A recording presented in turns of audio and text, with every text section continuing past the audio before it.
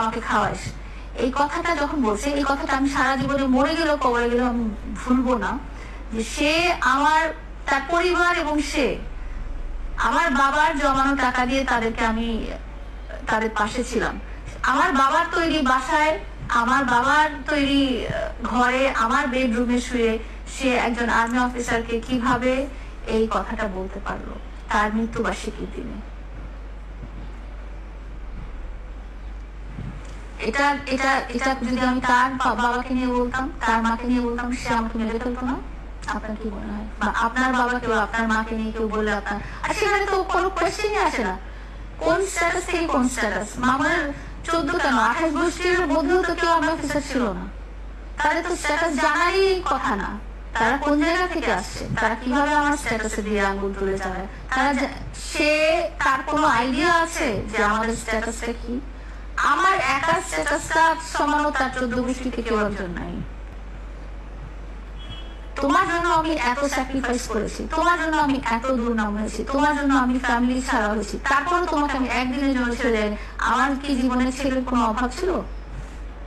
ওই হ্যাঁ, যে আসবে সে তোমার টাকা দেখে আসবে। কেন আমার টাকা দেখে আসতে হবে কেন? সবাই তো তোমার মতো লোভী না, সবাই তো তোমার মতো প্রতারক না।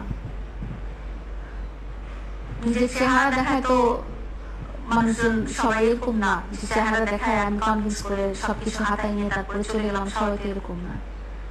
আমার একার স্ট্যাটাসের সাথে মামুন তোমার 28 গোষ্ঠীরও স্ট্যাটাস মিলবে না। সেখানে তুমি কোন হিসাবে আমার বাবার মৃত্যুবার্ষিকীর দিন আমার বাবাকে পয়েন্ট করে বলো যে তোমার বাবা ফকির, তোমার মা ফকির, তুমি ভিক্ষা করে আমার চালাও? আমি কোন দিক দিয়ে ভিক্ষা করে চালাই? তুমি কি জানো আমার মান্থলি স্যালারি কত? আমার মান্থলি ইনকাম কত?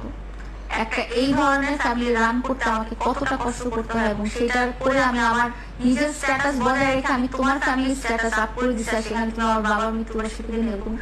তো তখন আমি খুব রেগে গেছি। আমি রেগে গিয়ে বলছি তুমি কোন স্ট্যাটাস থেকে আসছো, এবং সেটা মনে করে তুমি চিন্তা করো তুমি কার বাসা, কার তৈরি বাসায় বসে, কার তৈরি, কার জমানো টাকা খাবার খেয়ে তুমি তোমার এরকম চেহারা সুরত বানায়। তোমার তুমি বিড়ির দোকানে বসে বিড়ি ফুটতে, সেখান থেকে তোমাকে আমি সীসা বানিয়ে নিয়ে আসছি, সেই স্ট্যাটাস তোমার কে করে দিছে সেসব কিছু ভুলে যে তুমি আজকে আমার বাবার মৃত্যুবার্ষিকীর দিনে তুমি এই কথাটা বলতে পারো। তারপর আমি ওকে বলছি যে ঠিক আছে, তুমি, আমি জানি তুমি এখন কি করবা, তুমি সবসময় যেটা করো যে প্রত্যেকবার ঝড়ঝাটির সময় বাসা থেকে তার প্রত্যেকটা জিনিস নিয়ে যায়, সবগুলো ভিডিও আছে, প্রত্যেক সুতো রাখে না, সে সবকিছু নিয়ে গ্রামে চলে যায় এবং আসার সময় শুধু মোবাইলের চার্জারটা বা একটা দুটো শার্ট নিয়ে আসে, সবকিছু তার গ্রামে জমায়।